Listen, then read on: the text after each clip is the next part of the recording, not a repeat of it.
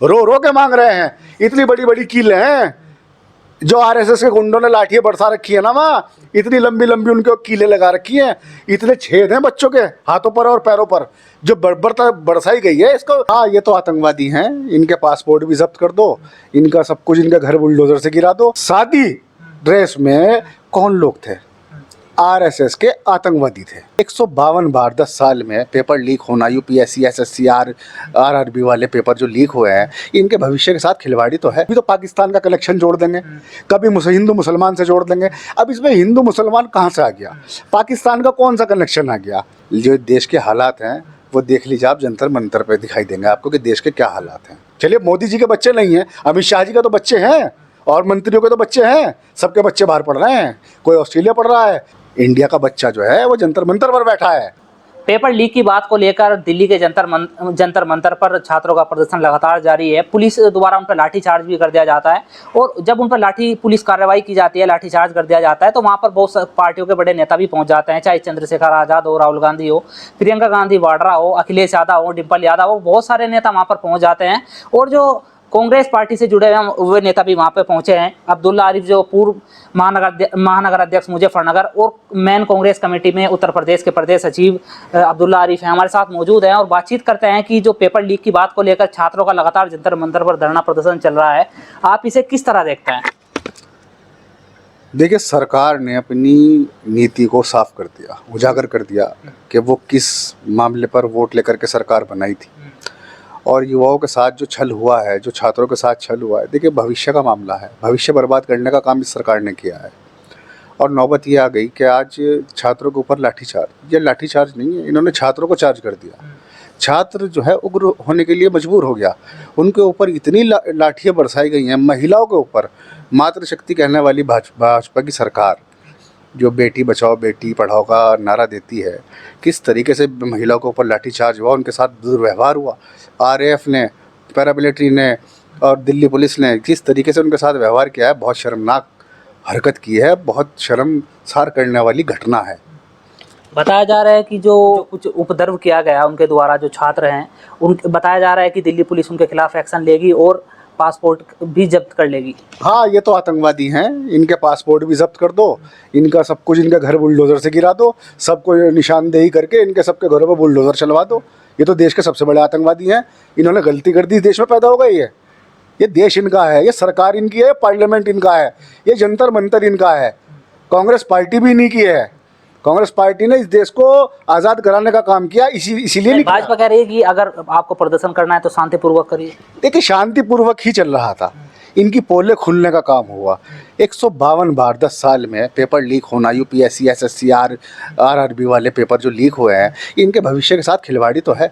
मेरा बच्चा कल को एग्ज़ाम देने जा रहा है और उसने पिछले 2 साल से लगातार दिन रात मेहनत की है, ना सोया, ना खाया, ना पिया, ना कुछ किया। उसका एक सपना था, वो सपने चूर हुए हैं।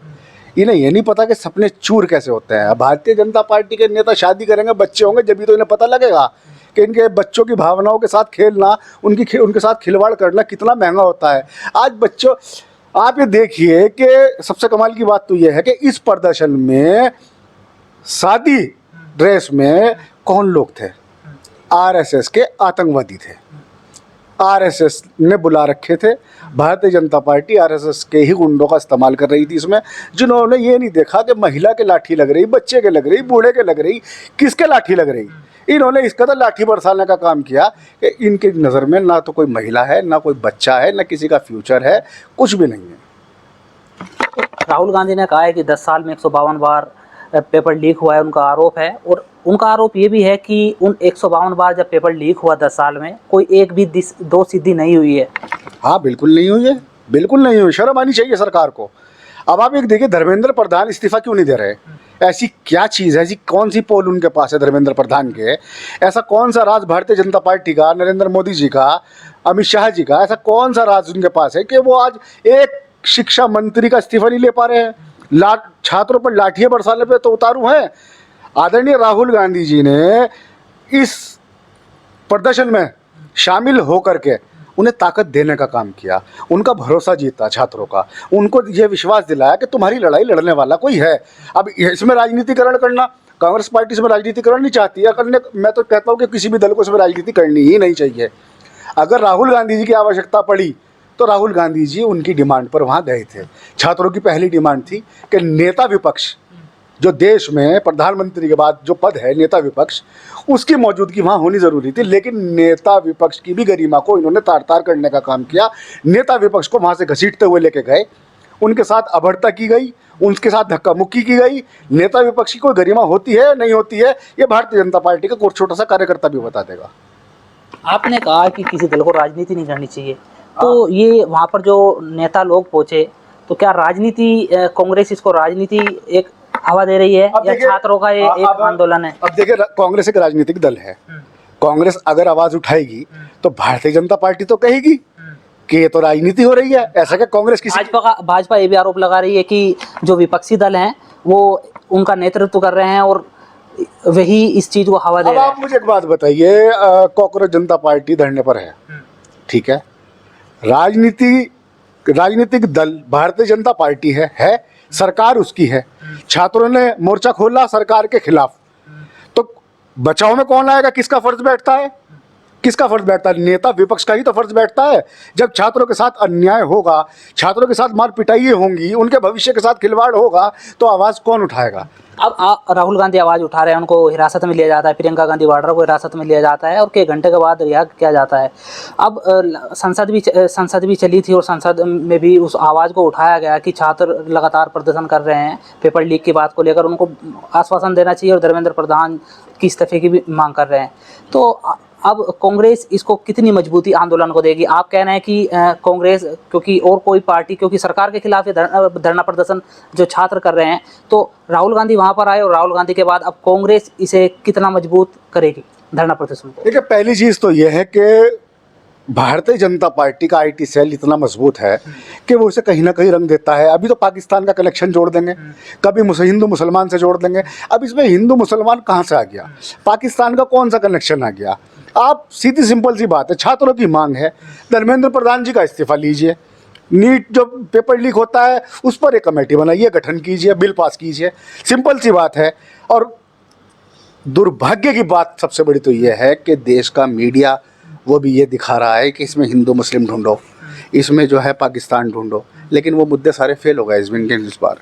जेएनजी जो है ना, जेएनजी इस मूड में है ही नहीं, कंप्रोमाइज़ के मूड में ही नहीं है। जो आपने छात्रों को आक्रामकता देखी है उनके अंदर, वो लगता है आपको कि वो किसी समझौते के मूड में है। तो जो पेपर लीक हुए उसको लेकर लगातार गुस्सा जो छात्र हैं वहाँ पर जो मौजूद बिल्कुल बिल्कुल, जो छात्र हैं वो यही तो डिमांड कर रहे हैं कि हमारा भविष्य तो बर्बाद हुआ, आप एक शिक्षा मंत्री का इस्तीफा क्यों नहीं लेने दे रहे हैं? आपके लिए इतनी बड़ी बात है वो ये? ऐसा है क्या धर्मेंद्र प्रधान के इस्तीफे में? नहीं, आप बार बार ये कह रहे हैं कि धर्मेंद्र प्रधान के इस्तीफे में ऐसा क्या है, तो आपको क्या लगता है कि धर्मेंद्र प्रधान का इस्तीफा क्यों भारतीय जनता पार्टी नहीं देना चाहती? छात्र लगातार मांग कर रहे हैं कि उनका इस्तीफा दे दिया जाए। देखिए, ये देश कैसे चल रहा है ये आप भी जानते हैं, मैं भी जानता हूँ, और वो लोग भी जानते हैं जिन्होंने वोट दिया भारतीय जनता पार्टी को। और आज देश की कंडीशन क्या है, मैं ज़्यादा खुल के बात नहीं कहना चाहता।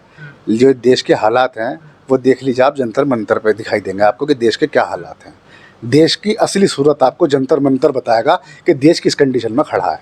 बस इसका जवाब। आप भी जंतर मंतर पर गए तो क्या देखा, स्थिति क्या थी और क्या वहाँ से नोट किया जो आप शेयर करना चाहेंगे हमारे माध्यम से? देखिए, मेरे साथियों ने तो वहाँ पर जंतर मंतर पे पहुँचने के बाद उनको जूस की बोतल दी, फल दिए, उनके पास बैठे, उनकी समस्याएं सुनी।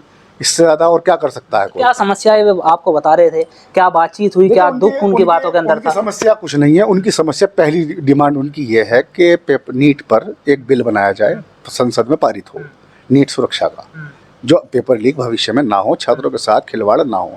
दूसरी डिमांड उनकी सबसे बड़ी ये है कि शिक्षा मंत्री को इस्तीफा देना चाहिए, क्योंकि शिक्षा मंत्री ने ना तो कोई बयान दिया, ना ही कोई जवाबदेही है। सरकार की तो कोई जवाबदेही है ही नहीं। मतलब आप ये देखिएगा, पहली बार हम ये देख रहे हैं, लोकतांत्रिक देश में हम लोग रह रहे हैं, लोकतंत्र में जवाबदेही सबसे बड़ी चीज़ होती है। उनका सरकार को जवाब ही नहीं देती किसी भी मामले में। कोई भी मामला हो, राम मंदिर की लूट हो, नीट की पेपर लीक हो, किसी भी तरीके का कोई जवाबदेही नहीं है। आप राम मंदिर चोरी में आपने किसको एक्यूज बनाया, कौन FIR में था, क्या कार्रवाई उनके खिलाफ हुई, नहीं पता देश को। ये मुद्दा नीट के चक्कर में ये मुद्दा भी छुप गया। ये देखिए आप, नीट पे छात्रों पर तो लट बजा रहे हैं आप, चोरों को नहीं पकड़ रहे आप, उन मासूम बच्चों पर तो लट बज रहा है। लेकिन राम मंदिर के मुद्दे पर सरकार अब भी चुप है और इस मुद्दे पे भी कोई जवाबदेही नहीं है। तो जवाबदेही तो सरकार की है ही नहीं। प्रधानमंत्री कुर्सी पे बैठे क्यों हैं, इस्तीफा दे दें। गृह मंत्री कुर्सी पे बैठे क्यों हैं, इस्तीफा दे दीजिए। बच्चे तो आपके भी हैं, बच्चे तो सबके हैं। चलिए मोदी जी के बच्चे नहीं हैं, अमित शाह जी के तो बच्चे हैं और मंत्रियों के तो बच्चे हैं। सबके बच्चे बाहर पढ़ रहे हैं, कोई ऑस्ट्रेलिया पढ़ रहा है, कोई कैलिफोर्निया पढ़ रहा है, कोई कहीं पढ़ रहा है, कोई कहीं पढ़ रहा है। इनके बच्चे इंडिया में नहीं है। इंडिया का बच्चा जो है वो जंतर मंतर पर बैठा है, अपना हक मांग रहा है, अपना अधिकार मांग रहा है, रो रो के मांग रहे हैं। इतनी बड़ी बड़ी कीलें हैं जो आरएसएस के गुंडों ने लाठियाँ बरसा रखी है ना, वहाँ इतनी लंबी लंबी उनके कीलें लगा रखी हैं, इतने छेद हैं बच्चों के हाथों पर और पैरों पर, जो बर्बरता बरसाई गई है। इसको देश माफ़ नहीं करने का इसको।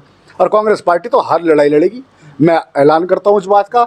और राहुल गांधी जी के साथ कंधे से कंधा मिला करके पूरा देश खड़ा है। इस लड़ाई को हम छोड़ेंगे नहीं, इस लड़ाई को हम विड्रॉ नहीं करेंगे। अगर छात्रों के साथ कोई भी न्याय नहीं होगा तो न्याय दिलाने का काम कांग्रेस पार्टी करेगी। तो क्या उत्तर प्रदेश, मुजफ्फरनगर, हर जगह फिर सड़कों पर आएंगे? हाँ हाँ बिल्कुल आएंगे। कांग्रेस का संगठन पूरे देश में है, वो खाली उत्तर प्रदेश में नहीं है या हरियाणा में नहीं है। कांग्रेस का संगठन पूरे उत्तर प्रदेश में है और राहुल गांधी जी ताकत देने का काम करेंगे। राहुल गांधी जी हमें संबोधित करेंगे, हमें जो अगली रणनीति बनानी है वो हमारे नेता विपक्ष करेंगे फैसला उसका, और हम उसी आधार पर धरने प्रदर्शन करेंगे। जो भी करना होगा हम करेंगे बच्चों के लिए।